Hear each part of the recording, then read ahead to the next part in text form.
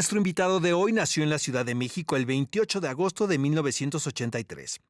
Vivió sus primeros años en Guadalajara para después mudarse de regreso a la Ciudad de México, en donde cursó la secundaria y la preparatoria, compartiendo clase con Jimena Sariñana y José María de Tavira en The Edron Academy.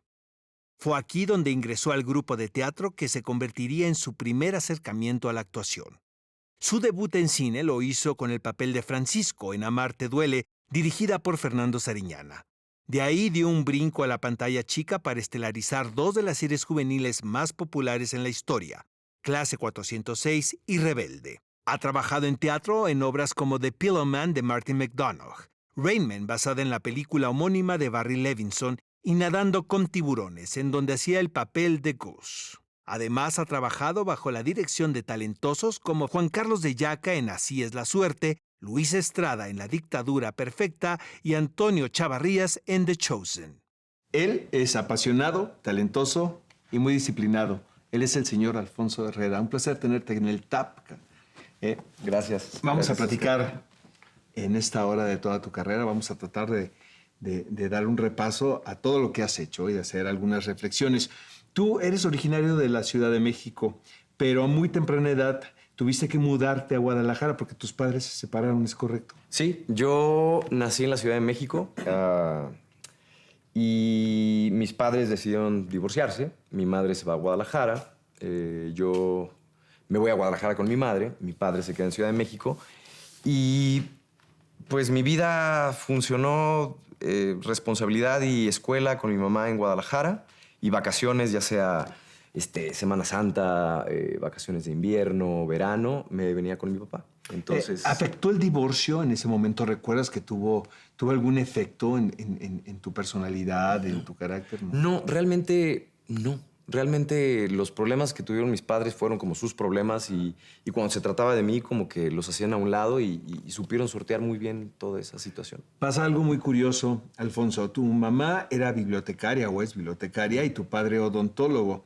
¿Cómo fue que te acercaste de alguna manera a la cultura, al arte? Cuando yo tenía como 15 años, mi padre decide como hacerse cargo de mí y decir, bueno, tu madre se ha hecho cargo de la parte de la responsabilidad, la educación, ahora es mi turno. Me toca a mí. Entonces viajo a la Ciudad de México. Él en ese momento estaba casado con su esposa de ese momento y tenía 2 hijos. Y esos hijos iban al Edron. Entonces nosotros teníamos la intención de irnos a vivir a San Antonio porque yo quería ser piloto aviador y yo lo tenía como muy claro, ¿no? Yo voy a ser piloto aviador, yo voy a estudiar en San Antonio y era una escuela que yo quería asistir a una escuela de aviación comercial. Y por cuestiones de tiempo no nos dan los papeles la embajada, entonces nos quedamos en México. Y yo entro al Edron, que era la escuela donde estaban los hijos de la esposa de mi papá de ese momento, y encuentro este taller de teatro que era maravilloso y que nos quedábamos después de clases y jugábamos y no había ningún riesgo y nos quedábamos y jugábamos y montábamos obras y nos volvíamos locos después de las funciones, de los ensayos y me encantó. Poncho, ¿cómo llega Amar te duele a tu vida? ¿Qué pasó ahí? Yo estaba en estos talleres de teatro y estaba en esos talleres de teatro Jimena Sariñana y llega y nos invita a un casting que va a ser su papá. Y hago el casting, me quedo con el papel principal y después, pues bueno, yo ya estaba como haciéndome la idea de que iba a hacer esta película y digo, bueno, hago esta película y después me voy a estudiar aviación. Y después me llaman para Altavista Films y Armando Hernández y Luis Fernando Peña acababan de hacer De la calle. Habla conmigo Fernando y me dice, oye, está esta posibilidad, te ofrecemos este otro papel. Yo dije, bueno, perfecto. Digo, para mí me da igual si era el papel protagónico o el antagónico. Para mí era una experiencia increíble, iba a ser una película y después me iba a estudiar aviación.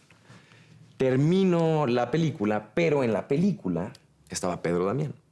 Y Pedro Damián la hacía de papá de Marta Higareda y de Jimena Sariñana. Entonces Pedro me ve y me invita a hacer una telenovela.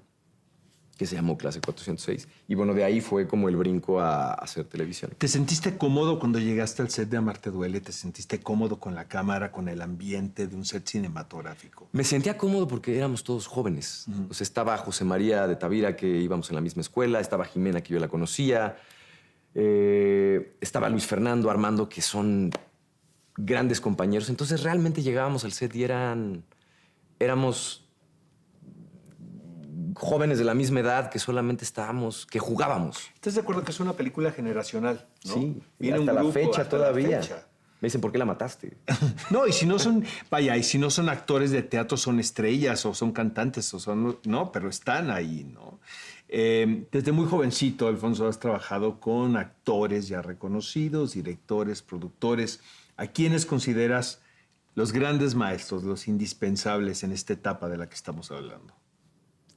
Yo creo que yo le agradezco mucho a Jorge Poza algo. Yo cuando llegué a los foros de Televisa, yo no entendía cómo funcionaba eso. Yo veía 3 cámaras, un set, luces, vas. Y así como me aventaron así, ¡dale! Vas. Y Jorge Poza me vio como Un poco perdido. como este venado lampareado que no sabía para dónde ir, no entendía qué tenía que hacer. Y Jorge Poza, de una forma muy generosa, me arropó y me empezó a explicar cómo funcionaban todos los tecnicismos que ahora ya entiendo. Pero es alguien a quien le voy a estar agradecido siempre, porque es difícil a veces encontrarte con esa generosidad en este medio. ¿En algún momento has pensado abandonar la profesión de la actuación? Que dices, caray, me quiero dedicar a otra cosa. No. Pero lo No. pensaste, ¿eh? No. Ajá. Hay momentos donde de repente ¿Qué hago aquí? Exacto. Es una carrera que todo el tiempo estás desempleado. Todo el tiempo. Estás con altibajos de empiezas una obra de teatro, se termina. Empiezas una serie, Sí. se termina. Todo tiene una fecha de caducidad, siempre. Y de repente esos paros, también dependiendo de tu estado anímico en ese momento, es algo que tienes que saber domar. ¿La paternidad cambió la forma en la que tomas las decisiones, Alfonso? Totalmente. La paternidad a mí me ha hecho descubrir que yo tenía cosas que ni siquiera yo sabía que existían. Y eso es como... Fue un choque completamente nuevo para mí. Y eso lo agarré y dije, esto funciona bastante bien. Y son herramientas que vas incorporando. ¿Crees que te convierte en mejor actor el ser papá? No sé si mejor actor, pero te da más herramientas. ¿Crees que has evolucionado en la manera en la que tomas decisiones profesionales? Comparado, por ejemplo, hace 10 años. Sí. ¿Escoges los proyectos de manera distinta? Sí. Hubo un momento donde yo paré y dije, ¿hacia dónde voy? ¿Qué quiero hacer? ¿Qué es lo que yo, Alfonso, quiero hacer y hacia dónde me quiero direccionar? ¿Qué fue después de RBD? Fue después de Rebelde. Y yo tenía una exclusividad con Televisa y pues era algo bastante cómodo. Era muy cómodo recibir un cheque mensualmente. Y eso de alguna forma te hace un flojo. Te pudiste haber quedado ahí, ¿estás de acuerdo? Sí, pero te hace un flojo. Sí. Porque realmente no empiezas a buscar o aventurarte o a experimentar o a probar. Simplemente desde mi experiencia, desde mi perspectiva, lo digo con mucha objetividad y con mucho respeto, a mí yo sentía que estaba haciendo un flojo. Me proponen hacer una novela y yo dije, bueno, ya, la voy a hacer esta novela. No había hecho muchas novelas, como que había reculado un poco. Y en eso me llama Luis Estrada. Para la dictadura perfecta. Para la dictadura perfecta. Y me va a matar Osvaldo cuando escuche esto. Sí, ya estuvo aquí, ¿eh? Sí. A mí me mandaron el casting del reportero. Ajá. Pero yo preparé los dos. Entonces yo hago el casting del reportero, pero yo quería ser el del productor. Entonces hago el casting del reportero, me dicen, está increíble. Y si Y yo le vengo digo a Sandra- preparado y y te yo le digo a cambiaste, Sandra, ¿no? le digo, oye, dame chance. dame chance de hacer el casting del productor. No, Alfonso, no, está increíble lo que hiciste, está increíble. Le dije, por favor, déjame hacer el del productor. Bueno, Le dije, si no te gusta, lo pones en el making of y tú te vas. Y te ríes de mí y se reirán todos de mí en el making of. Y hago el casting del productor y no pasó nada. Dije, ok, bueno, ya, me fui. Y recibo otra llamada de Luis Estrada y me dice, ¿y tú quién eres? Cuéntame. Entonces, pues ya le conté un O sea, poco. no había visto Rebelde, Luis Estrada, ¿no? No lo aceptó, No, ¿verdad? no Pero- digo, entiendo que es Luis Estrada, pero yo creo que alguna vez se lo topó Por cuando supuesto, estaba. caray, ¿no? Y me dijo, mira, Alfonso, te quiero dar la bienvenida a esta película. Entonces, me quedo con ese papel y dije, pero yo iba a hacer una novela con Televisa. Entonces voy con Televisa y me dicen, bueno, Alfonso, ¿y cuándo empiezan las grabaciones? ¿Cómo vas? Y dije, bueno, es que ahí está el punto.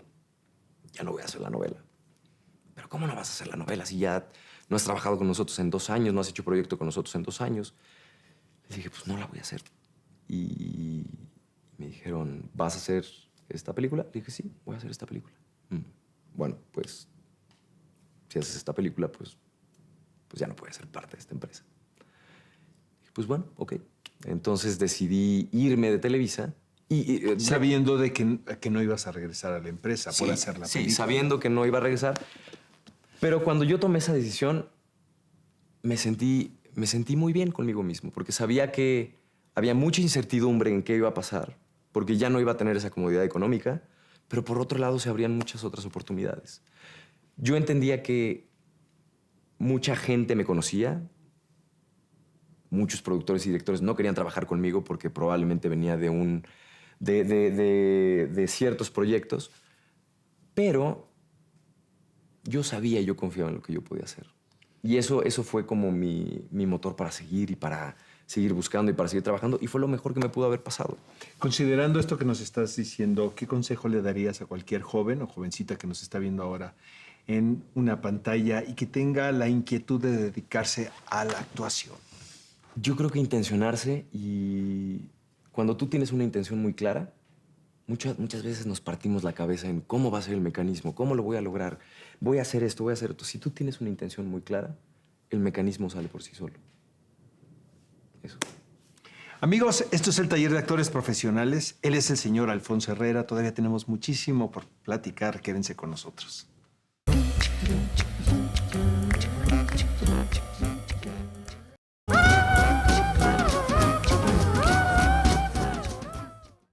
Esto es el Taller de Actores Profesionales y nuestro invitado, Alfonso Herrera. Poncho, del 2004 al 2007 te dedicaste por completo a un proyecto titulado Rebelde y a un grupo que nace a partir de ese proyecto televisivo, RBD. Que es, vaya, sin duda alguna es un periodo muy importante en tu carrera Claro. profesional, pero ¿cómo podrías resumir esa experiencia y esos años? ¿Cómo ves a destiempo ese fenómeno?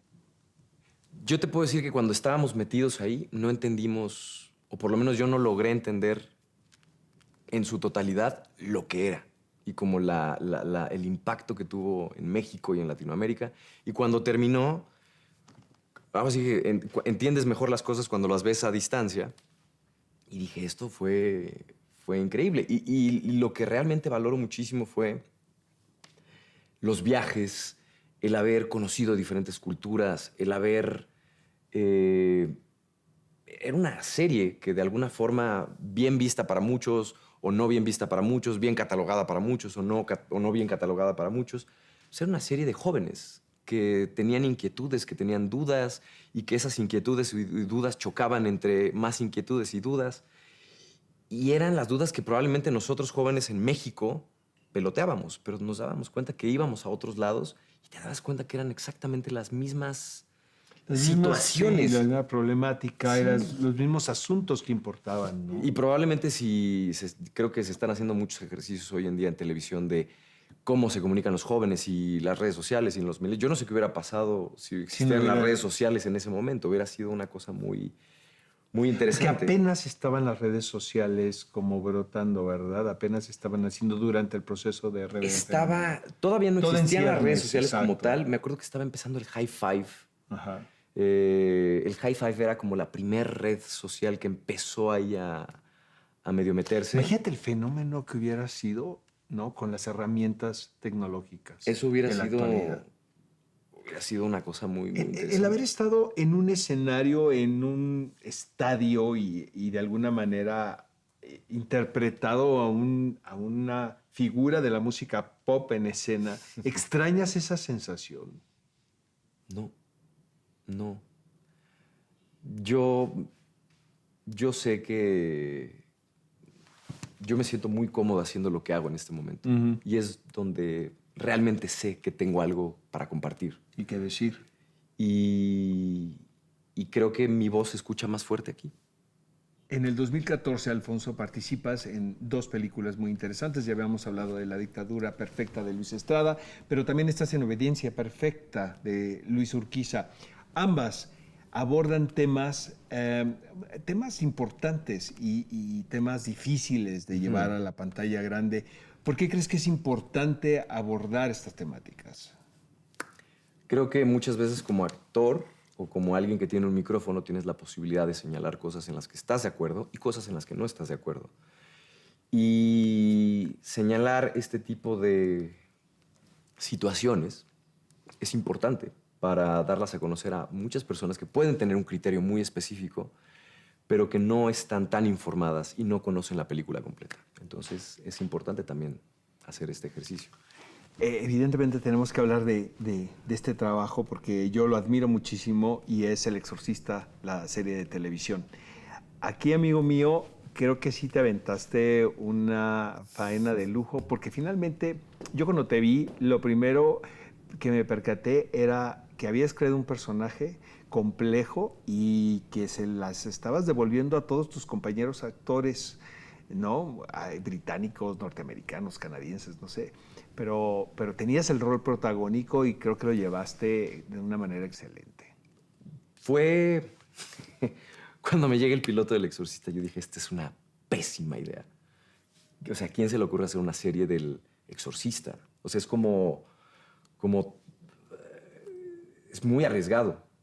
Entonces me lo mandan, lo empiezo a leer y cuando lo empiezo a leer empiezo a ver como la conexión que tenía con el original, con la 1, con la que vale la pena.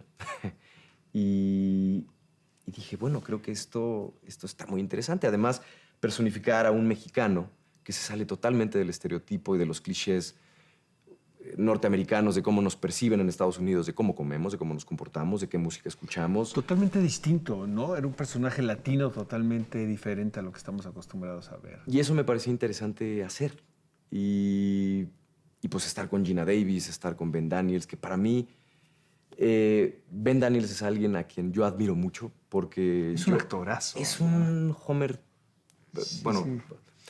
es una camioneta 4x4 todoterreno. Sí. O sea, yo a veces le decía a Ben, es que actuar contigo es como hacer trampa, porque solamente veo tus ojos y tú me vas llevando. Fue increíble, fue increíble. La primera temporada, me contabas, en algún momento la hicieron en Chicago, ¿no? En Y la Chicago. segunda la hicieron en Canadá. Así es, en Vancouver. Fue en Chicago porque hay una comunidad latina muy importante que vive en el sur de Chicago y este padre tenía una iglesia en el sur de Chicago que es una de las zonas más peligrosas del mundo. Cuando estábamos filmando, yo me acuerdo que iba a agarrar pedí así un coche y ya me estaba direccionando hacia el coche, así 2 cuadras caminando súper campante. Y en eso los de producción van conmigo y me dice, ¿a dónde vas? No puedes salir de aquí. Dice, no puedes salir de aquí. Yo, ¿pero por qué? Entonces ya voy caminando y era como un grupo como de 30 cuates en bicicleta, tatuados. Y dije, esto... Creo que no es muy seguro esto por se acá. parece a casa. Oye, ¿se actúa igual en inglés que en español? Pues la intención es la misma. Sí. Simplemente ¿Entonación? Yo considero que las palabras son la materialización de una idea, o por lo menos de una intención. Y pues la intención ahí está. Simplemente cómo lo verbalizas es otro idioma, pero por lo menos ahí está. ¿Estabas nervioso al principio de participar en El Exorcista? ¿Tenías dudas? No estaba nervioso. No, tenía muchas dudas del personaje. Cuando yo estaba haciendo Sense8, yo estaba en Berlín y yo hice el casting del Exorcista y después estábamos en la lectura de guión de Sense8 y me dicen, te quedaste en el Exorcista, entonces ya no vas a viajar a México, te vas directo de Berlín a Chicago para filmar el piloto. Entonces yo me acuerdo que tenía cierto tiempo para construir y para leer y para estudiar. Entonces, cuando yo estuve en Berlín, que estuve pues, entre pruebas de vestuario, pruebas de cámara, estuve como una semana, yo iba a las pruebas de cámara y me regresaba al hotel a estudiar. Iba a las pruebas de vestuario y me regresaba al hotel a estudiar. Y así estuve una semana en Berlín, metido en mi cuarto de hotel, estudiando las escenas, construyendo a este personaje. Y cuando termino el proceso de Berlín, de Sense8, voy directamente a Chicago y llego a Chicago con el director, con Rupert Wyatt, y llego a su oficina a bombardearlo de preguntas y eso fue como lo que me dio más tranquilidad. Una vez que llegué con él, peloteé lo que yo creía y lo que él veía del personaje, eso me dio una tranquilidad enorme. Y después tuve 4 días más para estudiar. Para prepararte. Tenemos que hablar también de Sense8, ¿no? Es una serie muy peculiar y sobre todo que se ha convertido en un elemento de culto, ¿sabes? Sí, sí. Los mismos fans pidieron un desenlace. Las redes sociales. Las redes sociales. La casa productora accede a esto y produce un final, que eso es poco visto, ¿sabes? Y habla también del impacto que tuvo esta ficción, ¿no? en la audiencia, ¿no? En el Claro. público. Mira, yo siento que la hipótesis que maneja esa serie es algo en lo que yo creo. Y creo que si todos nos hacemos conscientes de que todos estamos metidos en esta burbuja y pensamos más como especie y dejamos de pensar más como mexicanos o como estadounidenses o como sudamericanos o como brasileños o como argentinos o como chilenos, si pensamos más como especie, creo que nos vamos a hacer las cosas mucho más simples. Yo soy súper fan de Cloud Atlas, la verdad, de la versión de las hermanas Wachowski y de la novela también de Mitchell, que tiene muchos elementos no parecidos a Sense8. Sí, Estamos más cerca de lo que parece, ¿sabes? O sea, nos unen más cosas de las que nos separan. Exactamente. ¿No? Y yo creo que Cloud Atlas, bueno, ya sacando una opinión personal, a mí me encantó. A mí también. Y creo que Siento era... es una película mal entendida, ¿sabes? Puedo entender la crítica y puedo entender por qué a la gente no le gusta del todo, pero yo estaba fascinado con la película. Pero ¿cómo explicas de una forma como muy... que ese mismo personaje no es el personaje, es el alma del personaje? Es el alma del personaje, Y el alma del personaje es el que te va contando la historia. Exactamente. Y eso es difícil para ciertas personas. No estoy diciendo que esté mal o que esté bien. No, Simplemente no es tan fácil poderlo expresar. Hay algunas personas que dicen que el libro es infilmable, ¿sabes? O sea, que es una novela y que ahí se debe haber quedado, pero yo aplaudo mucho Yo también. el trabajo que hicieron las hermanas Wachowski. ¿Cómo fue ser dirigido por ellas? Increíble.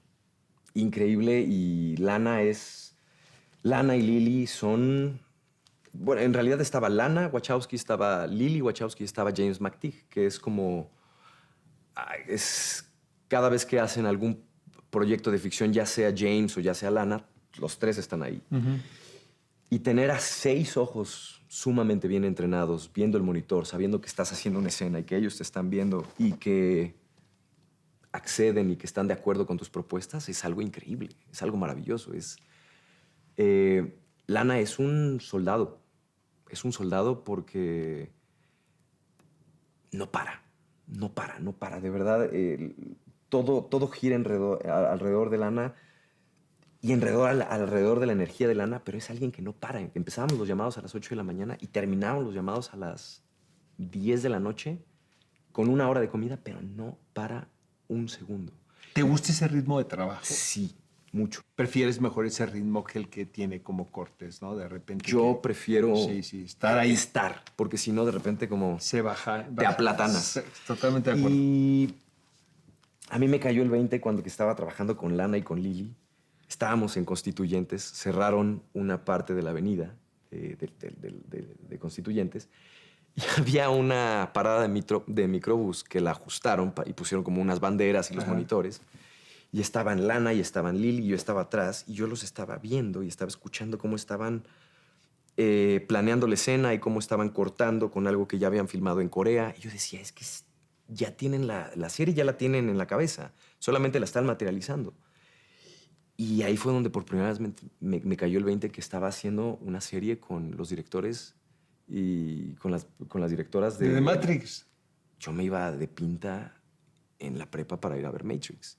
Y de repente estoy con Lana y con Lily y con James y están planeando una escena y aquí estoy. Y fue realmente algo que me cayó el 20 ahí. Muy bien, amigo. Amigos, no se vayan. Después de esta breve pausa vamos a continuar charlando con el señor Alfonso Herrera. Nos va a platicar sobre cómo construye un personaje. Sigan con nosotros.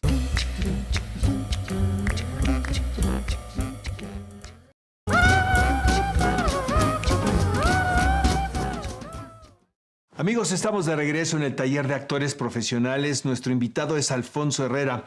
Poncho, ¿qué significa para ti el rigor en la actuación?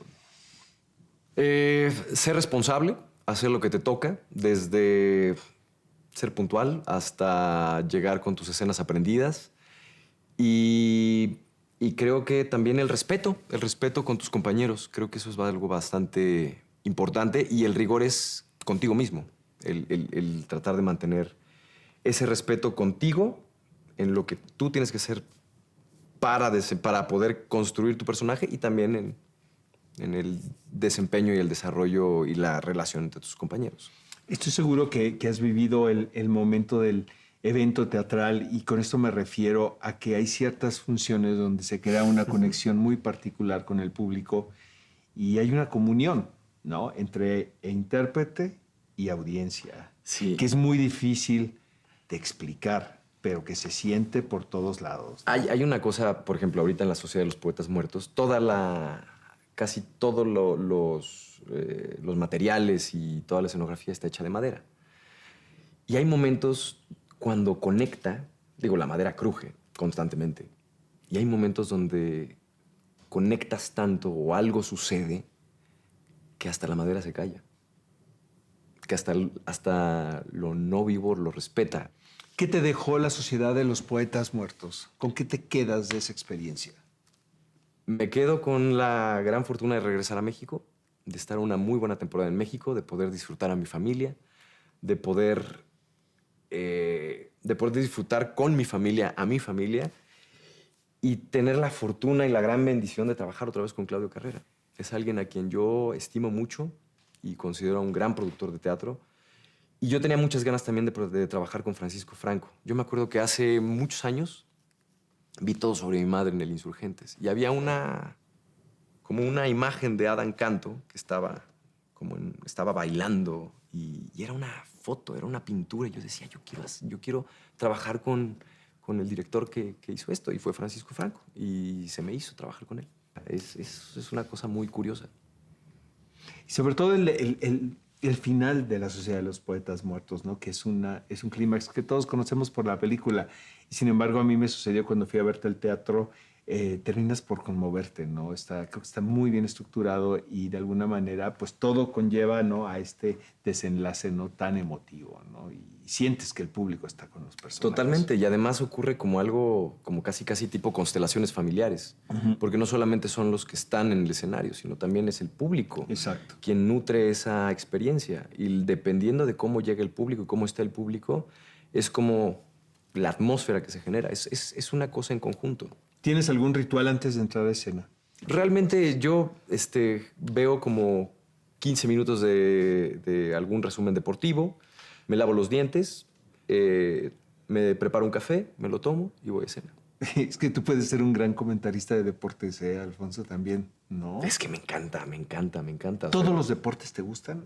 ¿O nada más? Me gusta mucho el fútbol, adoro el fútbol. Creo que el fútbol es algo sumamente complejo, es casi como otra constelación familiar. Sí, te estaba escuchando en Camerinos, ¿no? Como tu pasión, ¿no? Hablándome de los documentales sobre futbolistas. Soy muy fanático de los documentales de fútbol y de deportes, porque tiene todo que ver con el deporte, pero al mismo tiempo no. Porque es jugar con... No jugar, Es un riesgo, caray. Mira, te voy a decir son una tantos cosa. elementos. Yo veo en ti un paralelismo bien interesante, considerando al actor y el y del deportista, que tiene que ver estar todo el tiempo listo y entrenado para lo que venga, ¿sabes? O sea, contar con las herramientas, porque finalmente los momentos son únicos, las oportunidades son únicas. Eso no lo decimos nosotros, ¿no? A lo mejor no es, pero uno, conociéndonos, ¿no? Con la intensidad que andamos por la vida, pensamos que nada más va a haber esa oportunidad y hay que estar listos. Esto me lleva lo conecto con trabajar con Ben Daniels. Ben Daniels es un actor sumamente preparado, es alguien que tiene un entrenamiento y un rigor brutal. Y Ben, cuando está en el set, y es algo que yo le admiro mucho, le aplaudo mucho y espero algún día poder llegarlo a tener. Él está, y cuando entra al set, él está en stand-by. Y lo que le des y lo que le pidas, él va y lo hace. Qué maravilla, caray. Él no te va... él entiende que tiene un director. Y él entiende que ese director trabaja con él. Y es un toro. Es un toro que está metido adentro del corral y que sabe que en el momento que digan acción es como si soltaran Sí. eso. Y al principio, cuando yo estaba en El Exorcista y las primeras escenas que él y yo tuvimos, pues yo llegué como con una energía, o sea, preparado, pero de repente cuando lo vi venir fue como como si me hubieran vestido. ¿Y qué pasa contigo? Tienes que estar al nivel. Claro, ¿sabes? claro. O sea, no te puedes hacer atrás. Y más allá de estar al nivel, es como los Responderle. personajes, Exacto. los personajes Exacto. conviven y tienen que convivir porque son estas dos energías que son igual de potentes, pero que chocan. Y estas energías, si una está más abajo que la otra, digo, no significa que uno grite más que otro. Simplemente uno es coherente con su personaje. Pero estas dos energías tienen que estar perfectamente bien alineadas para que esta comunión entre estos dos seres tan contrastantes pueda ocurrir. ¿Qué sucede cuando te toca interpretar un personaje y te percatas que el bagaje emocional que requiere tú no tienes? Justo cuando hay un personaje así es cuando lo tomo. Sí. Creo que yo siempre hablo de que los personajes que te saquen de una zona de confort y eso es lo que me gusta hacer. Y lo que me encanta es agarrar un texto o agarrar un proyecto y verlo y ver al personaje y decir, no sé cómo coños voy a hacer esto. Y ese es como mi Pero primer... tengo que averiguar. Ese es mi primer sí. Porque implica que va a haber una construcción sumamente interesante y sumamente rica. ¿Y qué aplica ahí, Poncho? ¿Qué es? ¿La imaginación es la herramienta número uno para, por ejemplo, interpretar a un sacerdote que practica exorcismos, ¿no? Nada puede ser más lejano a tu naturaleza. ¿Qué es lo que aplica ahí? Tu creatividad, la investigación, el momento, la intuición. ¿Qué sucede? Yo, bueno, en mi experiencia, Sí.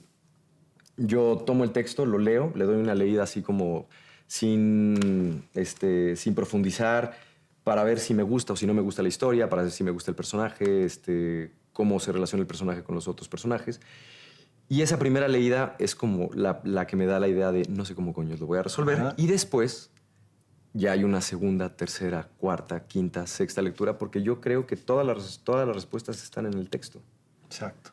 Desde cómo te perciben los otros personajes, cómo te percibe el escritor, cómo te percibes tú mismo, cómo el personaje se percibe a sí mismo.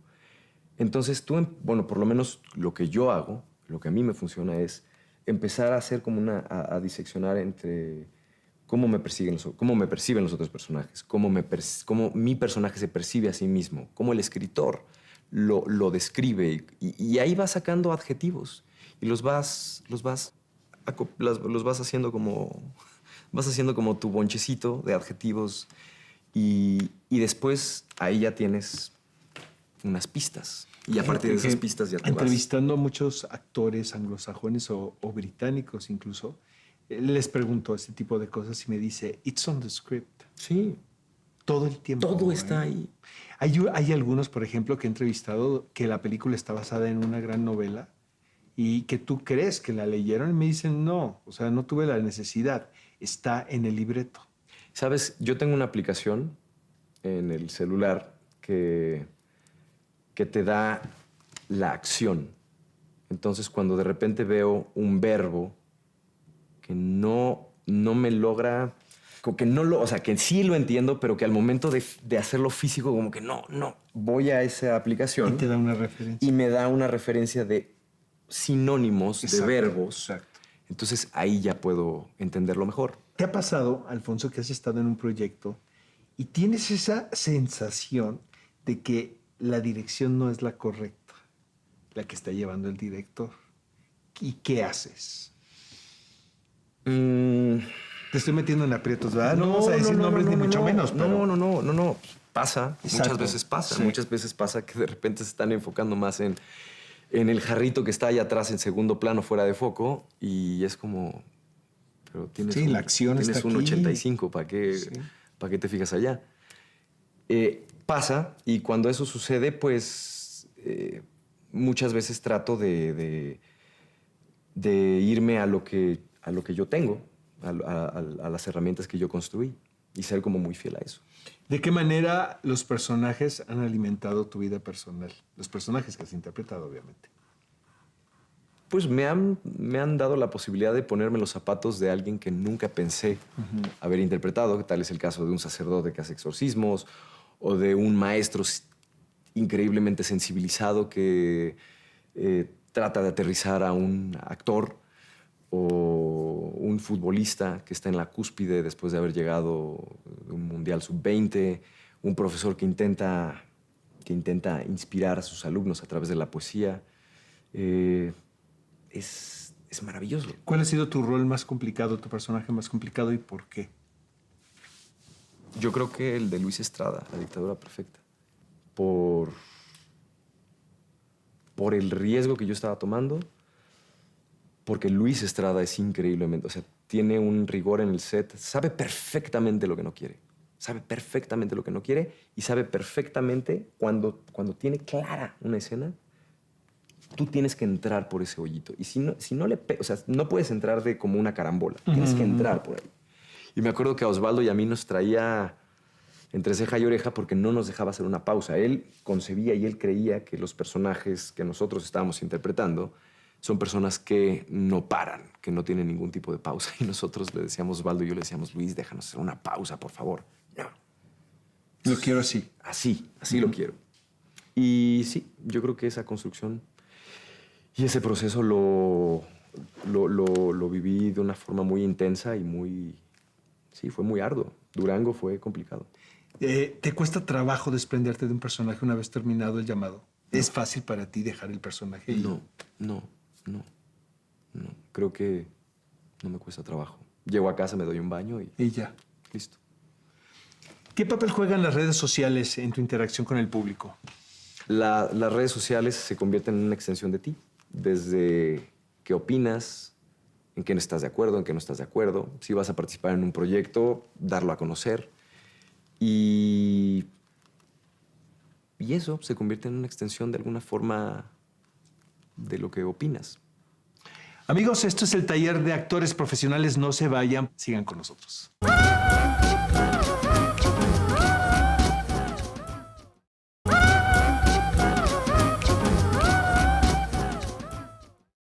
Amigos, estamos de regreso en el taller de actores profesionales. Nuestro invitado es Alfonso Herrera.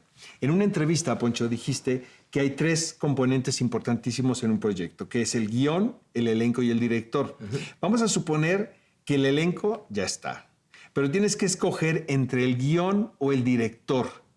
¿Qué escogerías para que este proyecto salga avante? Guión, porque ahí está la columna vertebral y esas son las herramientas que tú vas a tener para poder construir. Y si tú tienes herramientas sólidas y si tú tienes herramientas que tienen un orden, creo que puede ser más fácil. ¿Tienes identificado qué es lo que te atrae de un personaje? Me decías que lees un guión y ves un reto, un desafío, ¿no? Ahí y dices, me gusta, ¿no? ¿Sabes cuáles son los componentes que están siempre presentes en ese tipo de retos? Como ya te había mencionado, cuando yo lo veo por primera vez, cuando tengo esa primera lectura y no tengo idea en esa primera lectura cómo lo voy a resolver. Creo que ahí es como mi primer sí. Y después pues ya me voy enfocando un poco más en la historia, cómo este personaje se relaciona con los otros personajes y la historia que se va desarrollando. El mundo de la música ya, o sea, piensas abandonarlo, o sea, o en un futuro... no es- Pues mira, me Nunca sabes. me han propuesto diferentes proyectos actorales que involucra tienes que cantar, cantar. y A lo mejor. alguna vez he hecho casting o me lo han propuesto y de repente por cuestiones de tiempos no se ha podido. O sea, no es algo que lo descarto por completo, pero tiene que estar involucrado en este mundo, en lo que estoy haciendo en este momento. Alfonso, ¿es una ventaja o una desventaja haber salido del anonimato, podríamos decirlo, a través del fenómeno de RBD? ¿Cómo lo ves ahora? ¿Cómo lo percibes ahora? A mí me vino muy bien, porque gracias a eso no me pude mantener en una zona de confort. Entonces tuve que trabajar. Tuve que trabajar muy duro para poder posicionarme donde estoy en este momento, para poder estar en los proyectos que tengo en este momento. Entonces, yo siento que a mí me vino muy bien, o por lo menos esa es la perspectiva que yo tengo. Me hizo darme cuenta que había que trabajar, y había que trabajar muy duro. Y si no hubiera sido por eso, pues probablemente me hubiera relajado un poco más. ¿Sigues en contacto con tus compañeros? Sí, de repente nos escribimos ahí en redes sociales. Ya cada quien está haciendo diferentes Unas vidas cosas. totalmente distintas. Pero Pero lo que vivieron ahí, caray, lo que compartieron, esas cosas unen para toda la vida, ¿no? de repente me acuerdo que estábamos en Brasilia y pues yo siempre trataba de organizar cáscaras de fútbol con el equipo, con los músicos, con la parte de la producción. Y de repente nos llega una llamada así que los quiere conocer el presidente Lula y los quiere invitar a la casa presidencial a jugar un partido de fútbol. Nosotros, ok, o sea, ¿en qué momento pueden suceder ese tipo de cosas? Y tuvimos la posibilidad de conocerlo y me acuerdo que había una situación medio extraña en el gobierno de Fox con el gobierno de Hugo Chávez. Luego fue la hija de Hugo Chávez y eso de alguna forma como que limó, o por lo menos eso fue lo que entendí, que limó como ciertas asperezas entre Chávez y Fox. Imagínate. Fue la época Sí. de va a salir, no se meta conmigo, va a salir Espinado. Y, y fue interesante como vivir eso.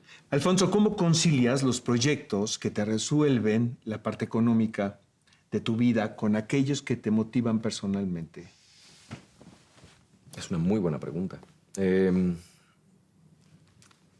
Yo, afortunadamente he tenido la gran bendición de poder trabajar en proyectos que... Puedo hablar ahora, hoy en día de poder trabajar en proyectos que me gustan, que me apasionan y ¿Y cobrar bien? más allá de cobrar bien, estar tranquilo, Diga. creo yo, estar tranquilo. ¿Qué rol juega la suerte en todo esto? Hay muchos elementos que no dependen de ti, desde Sí. dónde estás geográficamente o quién te vio. Tú no sabes, por ejemplo, cuando yo estaba nadando con tiburones en el Insurgentes, hubo una productora que le tengo mucho cariño y mucho aprecio, que me recomendó con Luis Estrada para yo poder hacer el casting de La Dictadura Perfecta. Y eso fue una cuestión de suerte. No es algo que yo haya buscado o que yo haya peleado. Simplemente fue algo que sucedió. Y gracias a eso se dieron las cosas. ¿Cómo logras equilibrar tu vida personal con el trabajo? Si es que tienes un equilibrio en esto. Yo considero que cuando todo esto se vaya, cuando las luces se apagan, cuando las cámaras se van, y lo digo no solamente en el set, lo digo en En la vida en el micro misma. y en el macro. Exacto. Lo único que te queda es la familia. Y yo siempre soy de la idea de que a donde voy, trataré de ir con mi familia como muégano. Cuando nos fuimos a Chicago como Ahora muégano. Nueva Orleans a Nueva Orleans. Todos en familia. Pero realmente, no sé si estés consciente de que estás produciéndole una vida a tu hijo muy interesante. De nómada, para empezar, pero eso le va a dar la oportunidad de conocer la cantidad de universos, ¿no? Y de ambientes, y de idiomas, y de gente, ¿no? Hay algo que yo, por ejemplo, yo no entiendo. Y lo digo con mucho respeto y con mucha objetividad. Hay mucho, yo he visto muchas historias o he leído historias de personas que se dedican a este mundo y que ganan muy bien y que tienen una familia. Y de repente se están dando de topes porque no vieron a sus hijos, porque no vieron a su familia. Y yo digo, bueno, pues si tienen los recursos para poder Viajar estar con tu con familia, ellos, viajar con exacto. ellos, pues simplemente es una cuestión de decisión. Y yo elijo y yo elegiré siempre a mi familia. Sabes que Steven Spielberg dice, o sea, la verdad yo ni siquiera me lo cuestioné. O sea, yo subía, mi familia era una familia itinerante. O sea, yo no le di a los miembros de mi familia ni siquiera la oportunidad de elegir quedarte. Dice, a mí yo no concebía mi vida sin ellos. Entonces, de esa manera, dice, mi hija estudió en Polonia un semestre en la universidad cuando estábamos haciendo la lista de Schindler, ¿no? Y de esa manera mi hijo estudió, conoció ¿no? a tal personaje. Pero dice, yo la verdad probablemente haya sido muy egoísta porque ni siquiera lo puse en la mesa. Dice, Sí. yo no puedo vivir sin mi familia. Pues sí, son Pero son pero son decisiones. presupuestos diferentes, Exacto. ¿no? Son Ya van presupuestos dos veces muy, que muy, nos muy, dicen lo muy de los diferentes. presupuestos, ¿verdad? Osvaldo también. Eso quiere decir que en alguna producción por ahí los maltrataron, ¿no? Amigo mío, No. ¿qué te hace falta por hacer? ¿Qué proyectos te hace falta por llevar a cabo?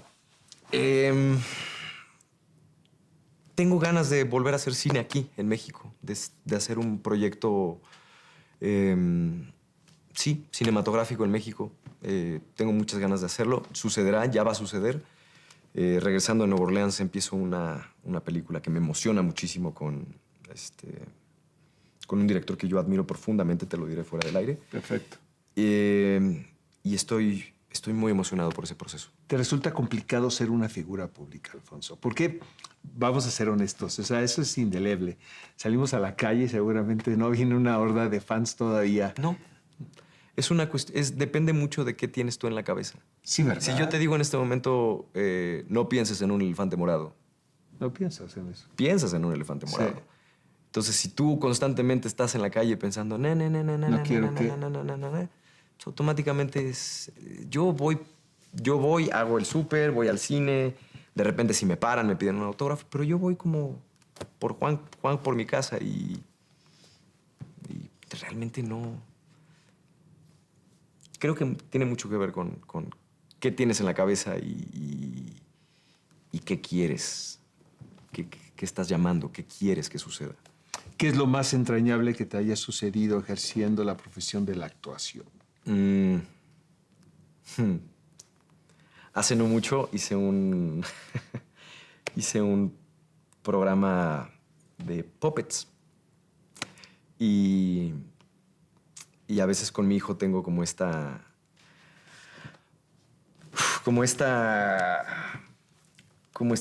situación complicada de decirle que papá se va a ir a trabajar. Y cuando papá se va a ir a trabajar, pues es difícil para él. Y lo llevé a este foro donde habían puppets. Y le encantó. Le encantaron los puppets, le encantó ver las luces y los puppets y como todo este color. Y ahí estaba su papá jugando con los puppets. Entonces, cuando yo voy con mi hijo y le digo, voy a ir a trabajar, él me dice, ¿puppets? Entonces eso como que lo relaja un poco más. Y sí por tiene- más tonto que... No, pero sí por tiene más que ver, muy simple- sabio tu hijo, la verdad. Por más simple que se escuche, por lo menos ya pude lidiar con esta situación de papá se va a ir a trabajar. Y mi hijo piensa que yo explicarle. voy a ir a jugar con puppets. Increíble. Fíjate que estando platicando contigo, es un claro ejemplo de estos caminos que pueden ser un tanto extraños en la vida y de que nos llevan a lugares que realmente no pensamos o no programamos. Pero si tenemos el foco y la claridad de lo que queremos llegar a ser, lo podemos llegar a ser. El rigor y el talento que tú tienes. Y la verdad, en este programa te lo celebramos muchísimo. Gracias, Oscar. Te lo agradezco. Gracias por habernos acompañado aquí en el Taller de Actores Profesionales. Cuando quieras regresar. Es un placer siempre. ¿eh? Gracias, Oscar. Gracias, Te lo agradezco Alfonso. mucho. Gracias.